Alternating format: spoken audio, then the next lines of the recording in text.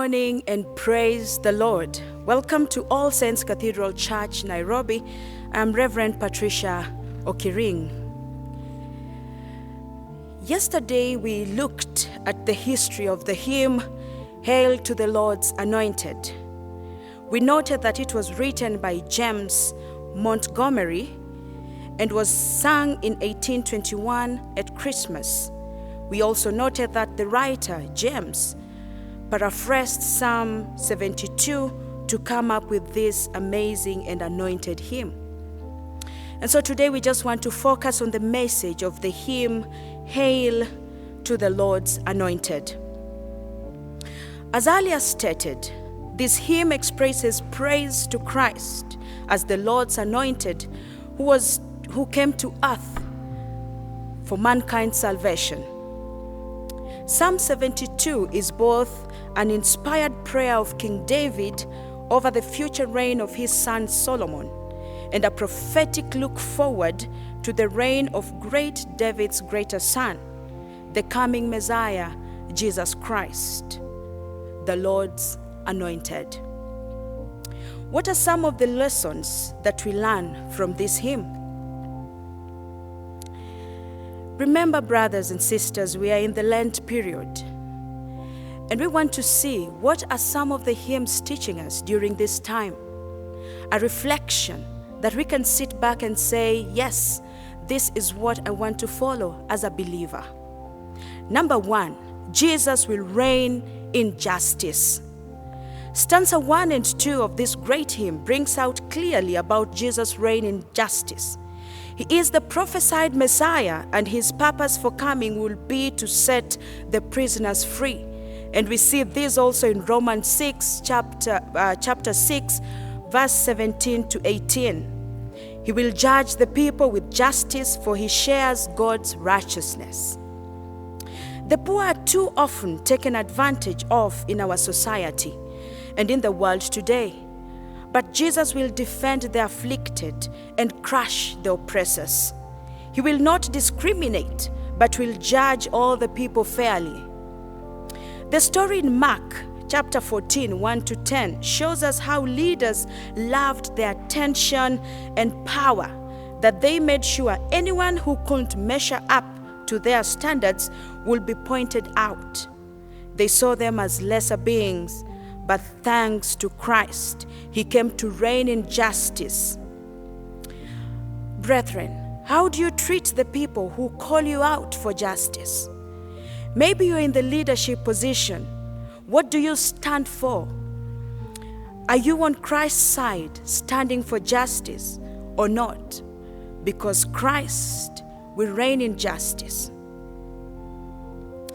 Friends, our God reigns in justice. Let us consider our ways as we handle many situations in our society today. Lent reminds us of righteousness. How are we living with our brothers and sisters? Is this hymn speaking to us that since we are Christians and imitators of Christ, we will live in righteousness? I pray that we remain blameless. I pray that we give out and stretch our hands to people who are in need, because this is something that our good Lord expects from us. When you look at the hymn, the first and the second stanza, as I said, brings out clearly about justice. Point number 2, Jesus brings blessings. In verse 3 of Hail to the Lord's Anointed, it starts with, He shall come down like showers upon the fruitful earth. Showers means blessings. What is your desire? What is that prayer that you cry out saying, God, if only you could bless me? Is it a job? Is it financial blessing? Is it health? Is it marriage? Is it the inner peace and joy that you desire? Name the blessings that you desire from Christ, for he is the blessing.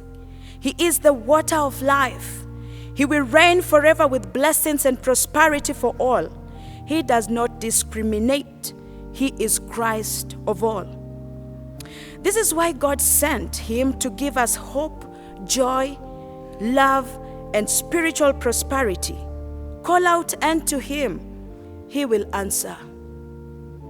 God looked at us, how we had become, and decided to send his son who would cleanse things up and set things right where there is hopelessness, powerlessness, and joylessness. God will renew with hope, power, and joy. That which we feel is impossible with humankind, it is possible with God. Let us not waste away, my brothers and sisters. Let us not go weary. Let us not give up. For our God is doing a new thing, even if we do not perceive it. That is in Isaiah 43, verse 19.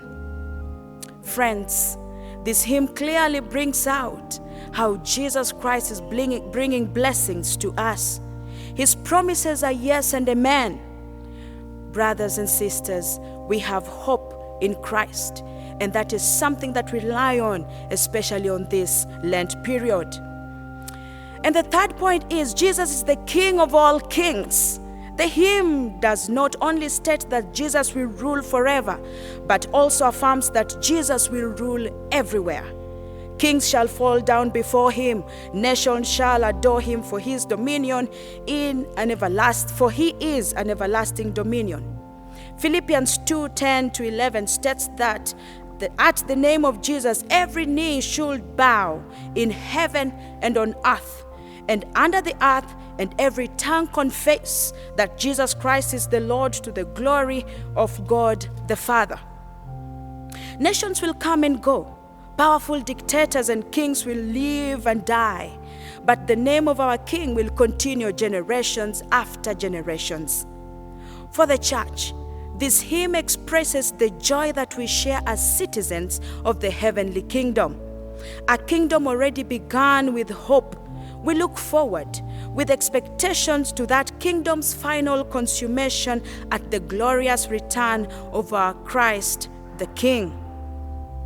In conclusion, when we all read the Old Testament, prophecies about the Messiah was to do when he come, and then read the fulfillment of these prophecies in the life and present reign of Jesus Christ, we are filled with awe and wonder, which we say, "Hail to the Lord's anointed."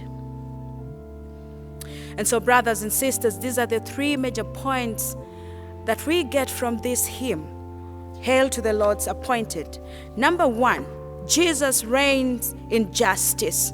Number two, Jesus brings blessings.